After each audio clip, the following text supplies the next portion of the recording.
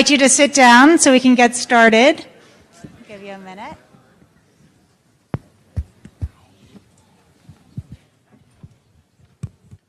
Welcome.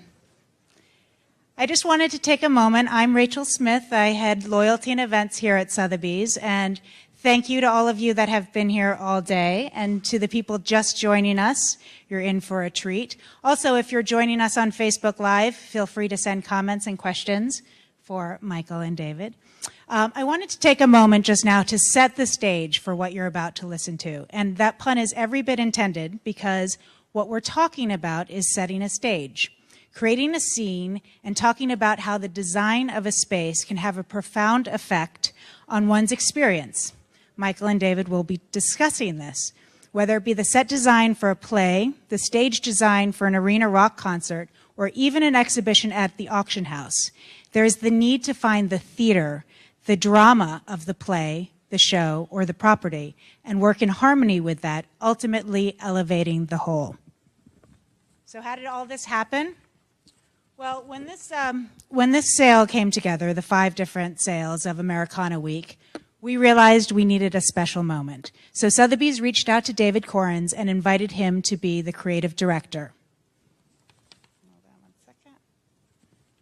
See, I'm the nervous one, you guys, not you. To serve as the creative director of the exhibition, and in an effort to illuminate the history, the rarity, and the profound impact this property continues to have on everything from modern-day aesthetics to culture and politics. Working with David and actualizing his vision for this exhibition also speaks to the missive of Sotheby's to contribute to an ever-evolving dialogue about the past and the future. Fresh off a Tony nomination for the design of the Hamilton set, David came to Sotheby's and applied his practice of an almost scientific attention to detail and history with his fearless creative vision. David used the colors of the American flag and incorporated symbolism and metaphor into his design. Now, to delve further into this vision behind the exhibition, as well as David's creative process as a whole, we are thrilled to have Michael Paulson here. Michael is the theater reporter for the New York Times and also a Pulitzer Prize-winning author as part of the 2003 Boston Globe church sex abuse scandal, and has written a book called Betrayal: The Crisis of the Catholic Church. It is an honor to have you here, Michael Paulson and David Korins, and I turn it over to you for this conversation. And please feel free to ask questions. Thank you. Great. Hello, and thanks to all of you for being here and to all of you watching us on Facebook. So David, you've been spending the last couple of years of your life with Alexander Hamilton. Personally. Sotheby's calls you up and gives you this opportunity, and you get to look at these letters. What were you looking for as you paged through them? Well, Sotheby's didn't call. David Goodman called. David is a longtime collaborator and friend, and he is a really interesting character. He kind of toes the line between big business and important institutions and crazy, wild, artistic ideas. And we've done some wild things in the past. We made a pop-up club experience. We did something honoring the 50th anniversary of the Civil Rights Movement. We've looked at the Knicks halftime show. We've done all sorts of weird things. So when he called me, I thought he was just trying to grab anyone that was involved with Hamilton, just to try and help sell these letters. And I said, why me? As I kind of ask with every single project that I work on, why me? What do I have to offer? Why not an architecture firm? Why not a different kind of designer? And he said, come in and take a look at the stuff. So I wasn't really looking for something in particular. I was just kind of trusting David. When I saw, the first thing I saw was not the Hamilton letters. I saw some of the 1,300 individual pieces, and I was 3 of which we're interacting with right now. That's the weird thing about an auction house as opposed to a gallery or something else, is you can come up and they encourage you to touch it and feel it and flip it upside down. We're not going to do any of that today.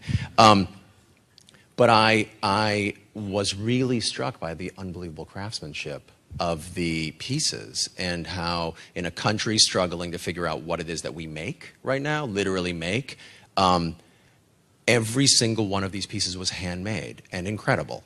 And so then I saw the Hamilton letters. And I had, you know, through my research in working on the show Hamilton, seen a lot of the letters, you know, printouts or in books and manuscripts and documents, and certainly read a lot of the words. And I was really and truly blown away by the drama. It's different than you would imagine, and I would encourage everyone after this thing to go down to the second floor and look at these pieces. It's weird to think that tomorrow they will all be owned by someone else, and I don't know, some Russian czar or someone in this room is going to own them and keep them in their living room or wherever. But we might never see these things again. And they're incredible. You can see in the writing, you can see the intention, you can see with the wax seal. I mean, I spend my day and a lot of my life faking stuff, making fake pieces of furniture, making manuscripts and tea staining them, and, you know, pulling the edges and, you know, doing things to make them feel real. And these are the real things. And I was really kind of blown away by the power of these things. And you know, because you had said I had spent so much time with these characters and these men and women, that I just felt closer, and it filled in a little of the backstory that I've been wondering about, but it was a wow. Yeah. I know you've worked with Gagosian and other galleries before. How is designing for a gallery different from designing for performance? Well, my short answer is it's not different at all. And I think that there are some people in my office here, thank you for coming, and thank you all for coming too. There are some people in my office here who think we should find a lane and stick with it. And I, from 40,000 feet above sea level, look down at the process of designing or creating something, and it is the exact same. Whether you're working with Gagosian on a gallery experience, or a restaurateur, or a pop star, or Lin-Manuel Miranda and Ron Chernow, and thanks for coming, Ron, or you know, Tommy Kail, or a director, it's the same. You know, you have an ultimate vision. It's not my vision, it's their vision. They're the ones kind of making the work, and they say, you know, for Sotheby's, they want it to be accessible, they want it to be clear, they want you to get lost and also know where you are. They want you to be able to touch and feel things. That is one of the distinctions. We don't necessarily want people to come up onto the Hamilton set on Broadway and touch and feel things. So there are little nuances that are different, but the ultimate goal is there is a client, in this case it's Sotheby's, and they want to make you feel a certain way. And so I liken my job to one of a therapist. Yes. Right. Perfect. Reenacting the duel. One of a therapist, you know, where I sit and I say, like, what is it that you want? And then I kind of use all of the tools that I have at my disposal, whether it is line, architecture, color, scale, proportion, whatever it is, at like Jedi mind tricking people into thinking the way that my client wants them to feel. Right. Does that make sense? It does. So you come here, you know you have a certain number of objects and a certain number of square feet. How do you start to think about what you want to do? Right. I mean, I have no idea how to help people sell things. Right. So that right away I say, who are the experts that are going to help me wrestle this thing down to the ground? And there are many, and they're extraordinary. And if you get time to talk to them, you should. They're around and they're incredibly knowledgeable. So I sort of say, like, I'm trying to figure out the consumer journey. Like, who is the person that's coming to Sotheby's, and what do we want them to feel when they walk through the door? And my original idea was to wrap the building. It's all the way on York Avenue. How the hell would you even get here? How do you even know about it? How do you know it's happening? And I thought if we could wrap the building sort of Jean-Claude and Christo style with a huge American flag, and we went very far down the road. I did renderings, people in my office did renderings, helped me be able to articulate to them what I had wanted to do, because I was trying to find a unifying kind of portal into the experience. You schlepped all the way up here, now you got to walk through the door, and how could I possibly create an experience out of it? We couldn't afford it, there wasn't enough time, we couldn't permit it, and it actually looked weird. The renderings were not great, not the execution of the renderings, but the idea wasn't great. And so Rachel, who introduced us, she spoke a little bit about the idea. The idea that I tried to do was figure out a way to take the 5 big sales that are happening here and color code them, right? It sounds simple, it's not that simple, but color code them so that when you walk through the experience, you can see the plinths and the tops of things are color-coded. It helps you understand that they are all part of one sail. And then I tried to make an abstract experience of the American flag. I took the idea of wrapping the building, and then I moved it inside because it's a really sprawling, we're on the 7th floor, right? It's a really sprawling physical plant, and I wanted to somehow make the building vertically feel connected. So the entire experience as you went up the escalators, if any of you came up the escalators, you saw all those strings, that kind of, that abstract sculpture. It was a version of a piece of fabric or an American flag is only as strong as an individual thread. A sail is only as strong as an individual object in the sail. The country is only as strong as an individual member in the country. No one thing is more important, and so it was an abstract representation of that. Does that make sense? It does. There's a flag made of steel. Yes. How did that come about? I have no idea. I think that flag made of steel was made by the steel sponsor, who came on and very generously helped pay for this entire exhibition, which is, you know, an incredibly ambitious exhibition. Right. So do you think of yourself as an artist or an architect, or how is it that you design, that you think about what you do? I guess I think of myself differently at different parts of the process. When someone approaches me early on, I think of myself as a co-director, co-writer, co-restaurateur, co-creator. But I think you have to have a great audience barometer. When I am working on I don't think of myself as an architect, I think, because people who go to architecture school and actually get that degree are architects. I work alongside architects, and I'm not necessarily a director or any of those other things I said, but I play one on TV very successfully often. I've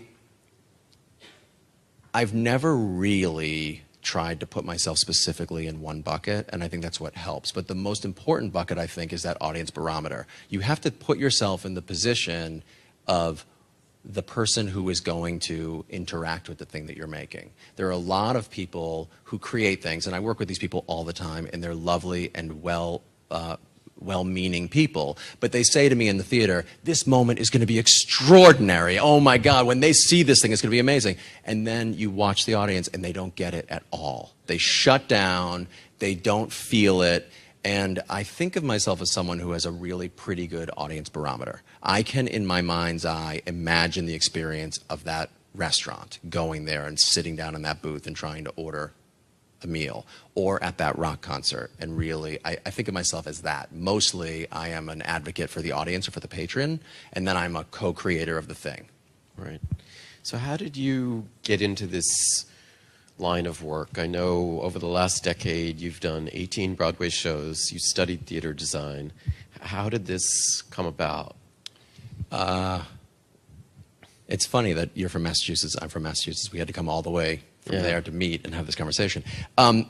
I was in high school. I was always a real athlete, and I was in high school, kind of dabbling in the drama club and the choir. And I was a musician. I played in the band, so I loved the arts. And I really, really wanted the role of Billy Bigelow, who was the lead character in Carousel. And I tried really hard to prepare. I did prepare very hard for this audition. And I had a tragically awful experience happen in which I was not cast as the lead, as Billy Bigelow. I'm sorry. And the drama professor said, but I was cast as Jigger Cragen, who is the bad guy, because it was obviously typecasting. It was a bad guy. And he's the second male lead. And she said, you should think about joining the math teacher, who's the guy that built the sets. And I, in my horrible egotistical brain, thought, if I take the second male lead and I add, you know, building the scenery to those, you know, those two things might add up to be better than the male lead. So I went and I checked it out. And when I went to school, when I graduated, and I enjoyed that process of helping build the scenery. When I went to college, I knew I never wanted to have a audition experience again. But I was in love with the arts. So a professor of mine said, you should really try and have a professional experience. And I went to Williamstown Theater Festival as an intern, and right away fell deeply in love with the process of making theater.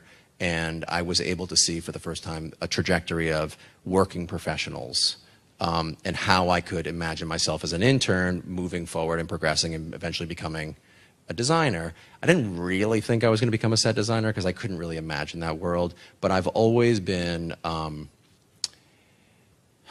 gutsy enough and crazy enough to not just see myself as one kind of designer, but rather just a design. I realized really early on, as you're driving your car through a parking lot and it's filled with a huge puddle, that parking lot was poorly designed. The drainage of the parking lot was poorly designed. And if you open your eyes to that experience, that every single thing in the world needs to be designed, that was really a big moment for me. So there I was getting a kind of formal education in the theater, but I very quickly saw that every single thing needed to be designed, even if it was terribly designed, right. And I thought I could do that, whatever that is. Right. It's interesting because I talk to a lot of theater designers, and many of your colleagues also work in other fields. David Rockwell does restaurant design. S. Devlin, like you, does opera and pop music. Is that just a financial necessity, or does it fulfill some creative urge? Well, certainly you can't make a living in the theater, right? So I think that you see a whole lot of slashes. I'm a professor / set designer. But the very first designer that I assisted in New York said to me, I only want to do scripted theater. That's what I want to do. He never tried to do television or any of those things. To me, it was always natural. I think that people have an urge to sniff out other opportunities. I think also in the world of HGTV, and you can go and people are encouraged. 15 or 20 years ago, there wasn't really this thing of Home Depot. You can go pick your paint, learn this process of rag rolling a pattern onto the wall. Design has become really accessible to people, and it's easy. It makes people feel like they can do it. I'm not really sure why we do. There's a fair amount of designers in the theater who don't cross over. Right. It never really made sense to me. I realized I was living in the East Village, and a dear friend of mine who is a Tony Award-winning set designer, and she's incredible. She invited me over to her house and said, will you look at my kitchen? I'm not sure that the refrigerator fits. She had just designed a set with one of the most exquisitely designed kitchens I've ever seen. And she did not have the capacity to measure the refrigerator and the hole in her actual apartment. And I thought, oh, her skills just don't transfer in that way, which was mind-blowing, but true. I've just happily and luckily never had that experience. Right. So you've worked on such a variety of shows, from Annie to Passing Strange. Do you have to like a show to agree to work on it? Yes, you have to like a show. I think that my decision-making tactics have changed a little bit over the years, because you just start drawing lines in the sand and say, I'm never going to do a show unless they can support it in this way. Right. Then, of course, you erase that line in the sand and you backtrack 7 years and you go back and you do it again. Yes, you have to like it. You do not have to like it the same way a director has to like it. They are, phone off in a room 8 or 10 hours a day for many, many weeks, and it's just different. The attachment and the amount of work that you have to do on a show as a designer is different. But I think you have to find your way in, or people smell that you didn't love it. Right. You have to find what you love about it. And part of what I love about it is the collaboration. Right. Theater artists, I think, are some of the best collaborators in the world in any discipline. And I work with a lot of people in a lot of different types of disciplines, whether it's something like Sotheby's or an advertising firm or all sorts of different things. And people are like, but there are rules, and that, we in the theater throw best idea wins up against the wall, and, for a long time, I might play the role of choreographer in the show, and then pull back and pull away, that kind of thing. Right. So you had worked with Tommy Kail, who became the director of Hamilton, on Lombardi, and you worked with Lin-Manuel Miranda, who became the writer of Hamilton, on Bring It On. Is that how Hamilton came your way, through these connections, or how did you wind up involved? Yeah,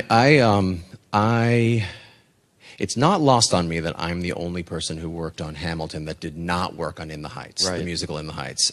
Boy, did I get lucky. I was doing Passing Strange at the same time they were doing In the Heights. And those guys are my friends. They are my age. They are my peers. They are my collaborators. And I, like the rest of the world, found out that Hamilton was happening when Lin did that number at the White House. And I saw it go viral on YouTube, and I didn't really want to say anything to him.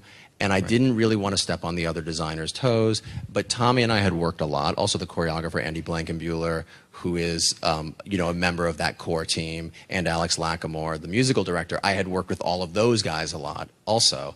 So I happened to be up at New York Stage and Film, which is a place in Poughkeepsie that workshops new plays and sometimes does full productions. And they were doing the first act of Hamilton, which was then called the Hamilton Mixtape. It had no real business thinking about itself as a play or a musical, and I was doing a full production, and I saw Tommy Kail, the director, in the quad, and I said, "What are you doing?" And he said, "I'm working on the show Hamilton, this thing, the mixtape." And I said, "Hey, Tommy, when it comes time to pick a designer, I want to throw my hat into the ring."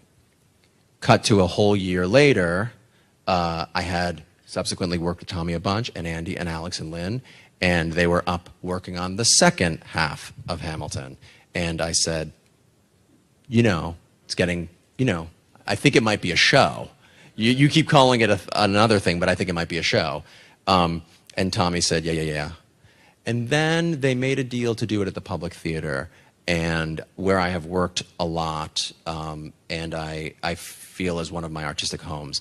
And I said, and I got a phone call to interview for the job, which felt a little bit weird because I think I was in tech with 3 out of the 4 of those guys that I had just mentioned. But I worked incredibly hard preparing for that interview. I mean, I obsessively listened to the music, and I did scene breakdowns and research and all sorts of things. And I usually don't like to do a design contest. I usually don't send over sketches or anything. And I worked really hard, and I did sketches. And I said to Tommy in that meeting, I'm like the Madison to your Jefferson. Right. Like, come on, man. We're like young, scrappy, and hungry. I swear if you don't hire me, I'm not going to throw away my shot. I mean, I did it all, and I got the job. Right. Congratulations. So how do you, as a design challenge, start to think about, you know, a hip-hop musical about the first Treasury Secretary? What is there to grab onto there in terms of a visual concept? Well, the cool thing about Hamilton is, other than it being so sprawling, I mean, 52 songs, 25,000 words, you know, epic story that takes place over a sweeping 30 years. Other than those things, it's incredibly fantastic as a designer because you get to research. All of the places existed. So you could go to the places. I could certainly see paintings and etchings and drawings and read unbelievably descriptive accounts of all of these places. And so if I was designing the movie version of it, it was really easy. I brought Lin and Tommy into my office and basically pasted up essentially a picture or some visual representation of every single scene and location of the then, what was then Hamilton script. And then we knew that we would never be able to realistically render each one of these locations on stage because it was a musical that moves seamlessly in and out of time and, you know, all these other things. And we would just never need to be able to wait for the art in that way.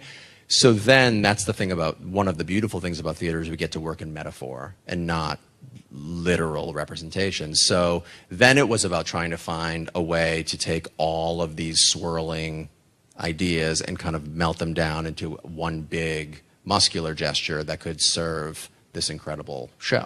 Right. Okay, so you have, I guess, 2 central metaphors. You have the double turntables, and you have the physical scaffolding. Can you talk about what's going on in each of those cases? Yeah, I mean, the turntable, has anyone here seen the show? Okay, pretty good.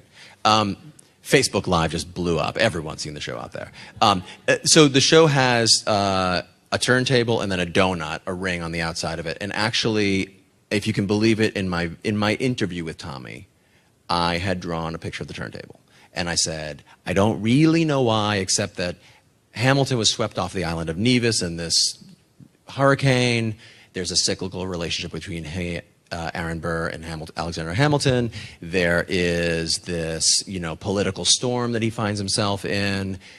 it's a really good theatrical trick to show kind of time passage and a cinematic way to, let's do a turntable. And he was like, yeah, put a pin in that. We had gone all the way down the road of building the set, and we had just started rehearsal, and my brilliant associate, Rod Lemon, who he and I have been working together since we were interns at Williamstown Theater Festival. That's how long I've known him. He was literally my roommate, and we lived in the East Village together. So I've known him forever. He said in a design meeting, how are you going to get the furniture on stage? How are we going to do all these other things? And he said, you should bring back up to Tommy and Andy that idea about the turntable. And I did, and Tommy and Andy, who were resistant to the idea, neither of them had worked on the turntable before, they said, if you can show us 8 or 10 different examples of where we would use it in the show, we will think about it. And so I jotted down what we call the Aaron Sorkin walk and talk, where Burr meets the Schuyler sisters, a moment in the duel. I jotted down all these different little versions, and they said, okay. And, you know, I've said this a lot before. Those guys, I gave them Lincoln Logs, and I was expecting them to build a cabin, and they are really smart and incredibly great collaborators, and they came back and had built a rocket ship, you know. And it was amazing. It was like I had this impulse, that this idea that we could do all sorts of cool things, and then they brought it into rehearsal and made really cool things. Right. The second part of your question, the kind of scaffolding, I knew we were doing the show at the Public Theater at the Newman, which is a beautiful brick room. And I knew that making scenery felt wrong, because the founding fathers and the women whose shoulders we're all standing on are nothing if not real. And so we weren't going to have like a cyc or something that we could light a certain way that could look like a beautiful sky. We were going to try and make it real. So I was going to embrace the brick surround.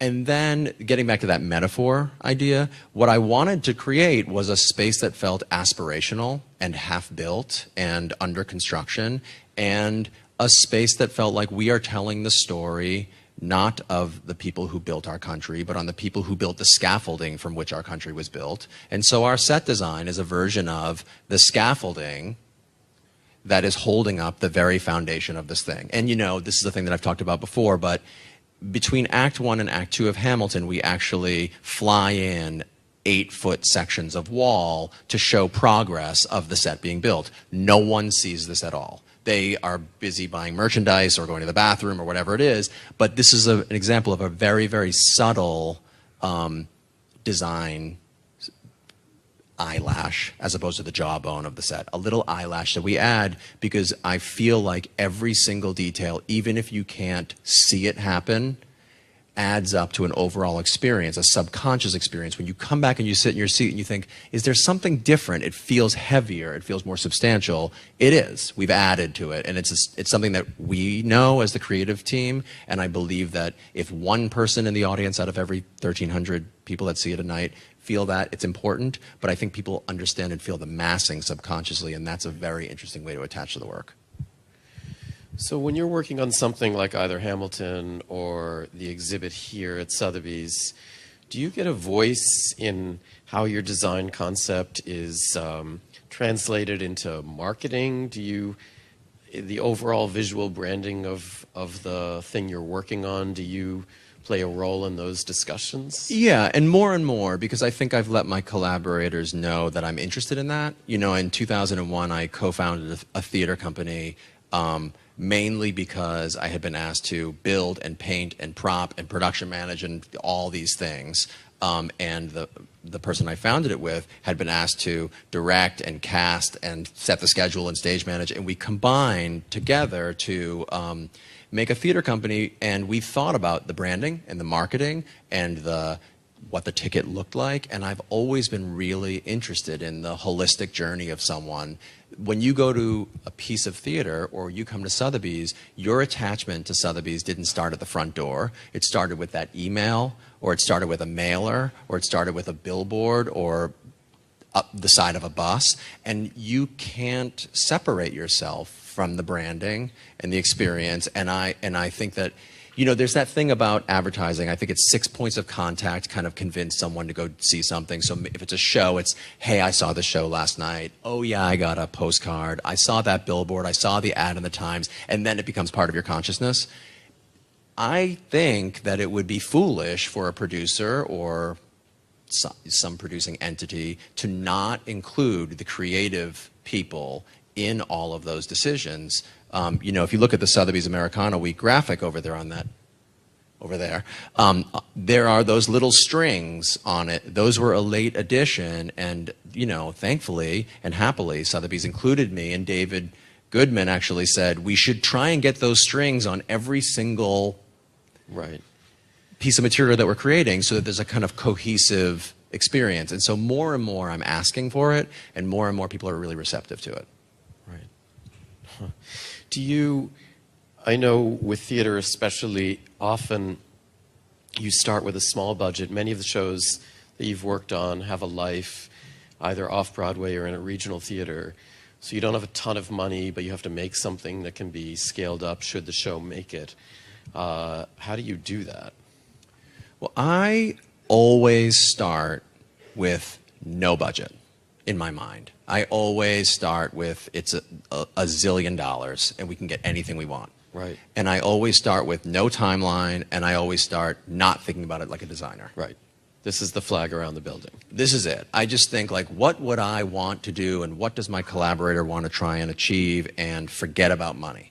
I think part of that, I think one of the reasons why I'm fairly successful at doing that is because I have a really technical mind.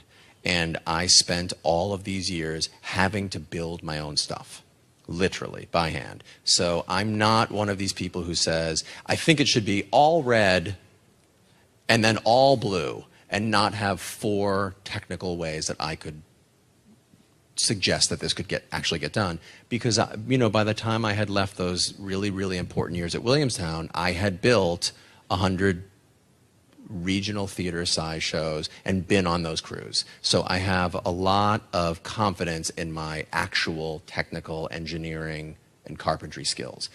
So I can toe the line in a pretty interesting way where I can say, yeah, I think we should wrap the building, but then I can say, and here are the rigging points, and here's the kind of material and the rigging material that we're going to need to do that, and here's the material that would need to be made so that it, you know, and I can just go. I just don't let myself think about the budget. I let myself then, once we come up with a really good idea, distill it down to the essence of the idea. So we want the flag wrapping the building, but we can't do that. We can't afford it, we don't have time, we can't do it. What is what was the essence of that idea? It was the flag, because I wanted it to be set against some sort of an abstract representation of patriotism, and then you eventually distill it into something that we can achieve. Right. So is there one object in this collection that you would like to take home?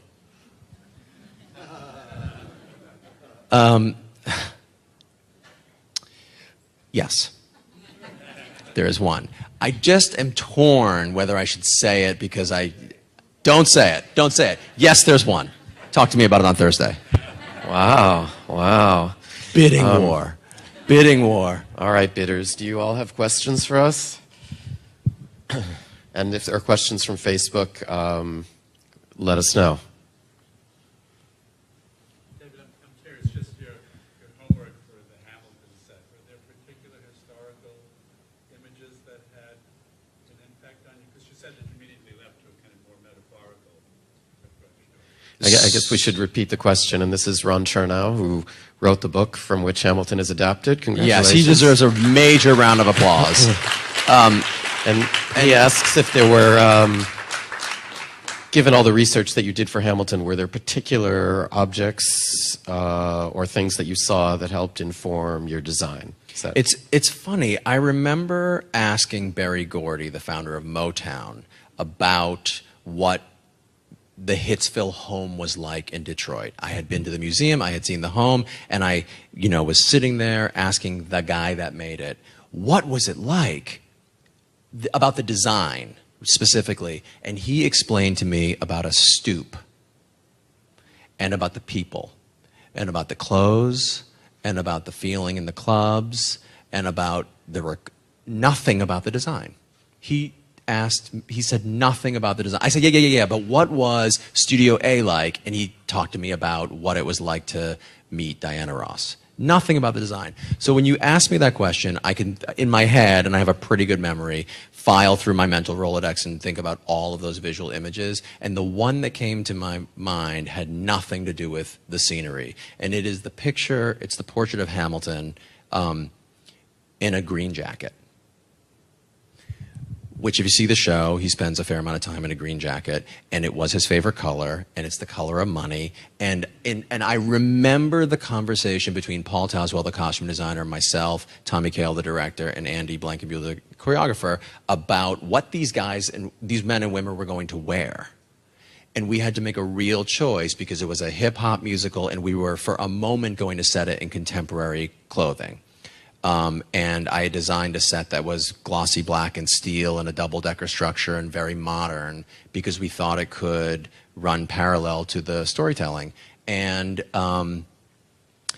that one piece of research led in my mind, I connected the dots to that one conversation where we decided the way that we're going to cast this company, which is going to be what America looks like today, would be far enough storytelling-wise from what the Founding Fathers looked like then that we had to try and be real.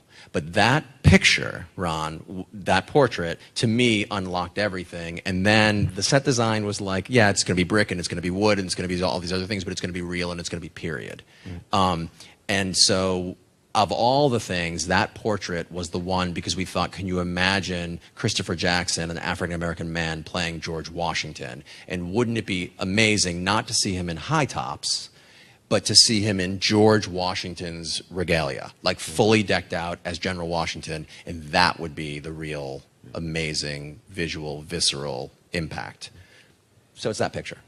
Can I just follow up with a quick question about your use of color? Because I was looking at your website. A lot of what you've done is incredibly brightly hued. You look here, obviously, at Sotheby's, you embraced red, white, and blue.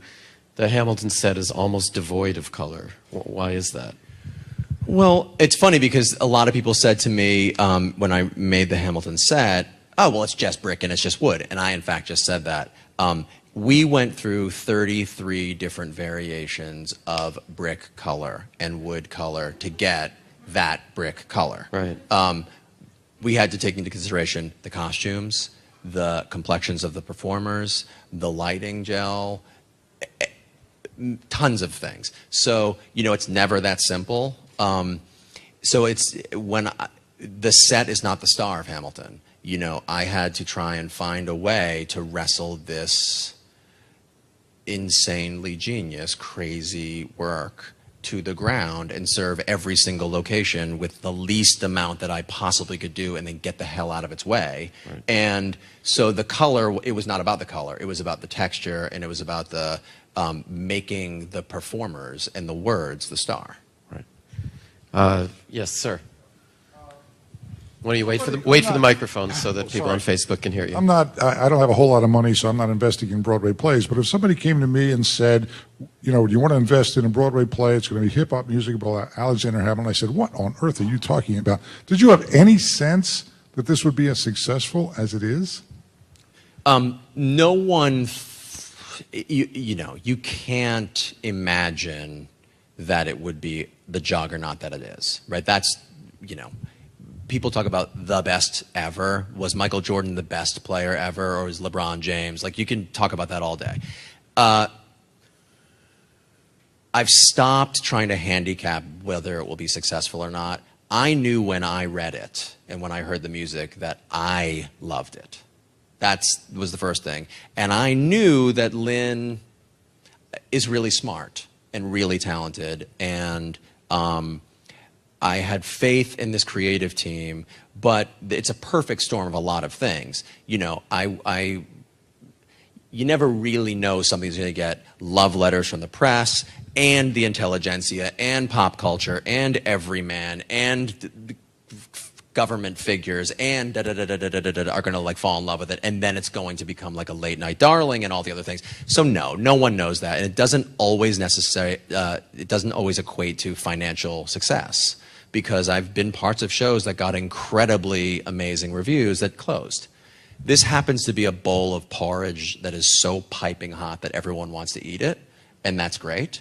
I knew it was really, really good, but I didn't know it was going to become like a lightning. You know, it's like you've got Harry Potter and Star Wars and the iPhone and Hamilton. You know, like it's cut, right?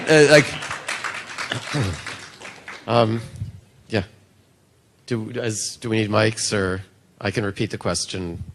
If and when this is ever translated to lens, through the lens, and anything is possible, would you do it in a strictly historic set, or what you must be thinking about? Right. So the question is, if Hamilton were adapted as a movie, would you want to rethink the design to do it in period, or would you stick with something more abstract? Most of the time when theater is made into a film, frankly, it's because the show is in some way, has it run its course as a theatrical enterprise. To get a couple more years out of the stage show or whatever that is. I think that, first of all, that's a Lynn's decision whether he wants to make it into a movie, and he's been pretty candid about the fact that he likes the play version of it, and doesn't really imagine it becoming a film anytime soon. And if I am still alive when the show is struggling and they want to make a movie, I'm sure that the technology will be such that we could do all sorts of interesting things. But I feel like part of what makes it special is, designing is redesigning and writing is rewriting, and Ron's book is an incredible document. One of the magical things that Lynn and Tommy did was what they left out of the story. I mean, if you read that book and then you watch the musical and you go and look at the letters on the second floor, they all, speak in, they're all having a conversation, but they left huge parts of the story out to make the show. And, I just think that as it exists as a piece of theater is a really beautiful effort. And I think we're a long way away from the film. Probably people will be like stepping inside film by the time they make it. Right. All right, who else? Yes. There's a mic coming to you. Thank you. I had the privilege of taking Chris Jackson through Mount Vernon when he was preparing for his role as George Washington. And I'm wondering if you could speak just a little bit about the relationship, if you think there is one, between the preservation of specific historic sites like Hamilton or the Grange and creative enterprises like Hamilton. Well, I mean, I think that trying to preserve any and all of our history is incredibly important. And it's funny, I think that people get so caught up in our country and from whence we have come. And if anyone has traveled around the world, you realize that we really are the adolescents of the world. Parts of Asia have been around for thousands of years, in Europe obviously longer than we have, and we're brand new. We're only 270 years old or 240 years old. I'll do the math. And we kind of behave like we're the crazy adolescents also. I think it's, and even I grew up on the East Coast. There are pretty old buildings here. You go to the West Coast, there are not as old buildings. When Hamilton created the Electoral College, he had no idea that people would sprawl from the East Coast to the West Coast in the way that we have. So I think it's really, really important to hold and maintain these things. That was one of the things when I came and saw those letters, and I made that joke earlier about the Russian Tsar. It's insane to think that we're not going to, I hope that we do, maintain all of those letters in this country. I feel like they are certainly born and raised in America, and I would like to think that they are preserved respectfully, and kept in a condition so that we could revisit them when the next person that owns them, when they come up for sale again, that they are intact. I think it's really important to maintain our history. And if you travel around, you see that, we've made all sorts of crazy decisions, knocking down, beautiful buildings to build ugly buildings. Right. Let me just follow up on that. I know many members of the cast have gone to many of these sites. I know that Leslie Odom Jr. and Lin-Manuel Miranda went to the dueling ground. I know that the women who played the Schuyler sisters went to a Schuyler home in New Jersey, there's been quite a bit of kind of early cast pilgrimages to the sites that are alluded to in the show. Why is that helpful for the performers? What do you think they get from that? Well, I think it's probably akin to when I held those letters. That, there's just a difference between looking at something in a two-dimensional picture or in a documentary and being there. Also, oftentimes these places are staffed with incredibly knowledgeable, passionate people that can share tidbits about what was going on or why you would use something that looked like that. And I actually invited a lot of the members of the current cast of Hamilton, past and present cast of Hamilton, to come see these papers. This is what we call a champagne problem, when you can continue your character development work even once the show is open. Usually once the show is open, we freeze it. You don't really deal with it. But every single night, a live show is different. And, we had a new president get elected. People in the cast had a real reaction, positive or negative, to that. All sorts of things happen in the world, and so getting a chance to invite them to see these letters and interact with the real McCoy. Right. I watched Javier, who is the current Hamilton on Broadway, bawl his eyes out when he held that document, some of these documents downstairs, and you can't unring that bell. He saw a letter. It happened to be a description of a place that was close to Hamilton that is also talked about in the show. And he said to me, I'm going on stage in like 4 hours, and I'm going to imagine this place in a different way. It's something that Lynn didn't know what it looked like, and here it is downstairs. And it's just an incredible thing to be able to continue to develop your character. I know that they were very excited to be able to interact with history on a more real level. Yeah, it is kind of amazing. There's a letter from Philip to his dad. The character development. So this letter from Philip is, "Dear Papa." He speaks to his dad about wanting to be a good man, about preparing a 4th of July speech. It's the only, by the way, known letter that Philip wrote to his father, or the only kept letter in existence. He is preparing a speech. He shows it to a professor of his at King's College. The professor reads it, encourages him to cut one of the sentences, in which Philip in the letter says, "You remember the sentence, Papa. It's the one that starts like this, da, da, da, da, da." It's my favorite sentence. So you learn so much about dad and son and their relationship, because he's obviously shared with Hamilton this letter, the speech, and they've bonded over the fact they both love the sentence. And then, it's so incredible. Then it's sealed with red wax, which of course, when it was ripped open, it looks kind of like, this is Selby, who tells the story, who is the head of manuscripts and letters at Sotheby's. He tells the story how it feels so dramatic, but when it's open, it's like blood red, and it has like 2 holes in it, and you can't help but drawing a parallel to, the duel. Both of those men in the letter, involved in the letter, were shot and killed in duels, and it's just this unbelievable thing, and it's downstairs as we speak, right. And it's the only letter, and it's so sweet. Yeah. Who else? And if there are questions from Facebook, we're open to those too. Sure. So we have 2 more questions. The first one is going to come from Facebook. Erica wants to know, David, what is it that you personally collect? That's an excellent question. I personally collect experiences and collaborations. And I mean that seriously. I don't, I spend so much of my day creating and sculpting space for people and experiences for people that, my apartment is spare. I live a version of a monkish existence in which I only kind of have things in my home that I touch and interact with every day. I've got a coffee maker that I love, and a couch and a coffee table in which I put my feet up on that coffee table, and I basically live like that. But I collect these human experiences and these collaborations which really do give me life and, direction. And was there another one from Facebook, or should we take it from the audience? Yes. Hey, David, this question's for you. What was your perception of Sotheby's prior to working with them, and how have they been as a partner? That's a loaded question because I've been talking about that. I've been talking about this for the last 7 months. I thought, like many people, I think, that Sotheby's was a place where rich people came to buy expensive stuff.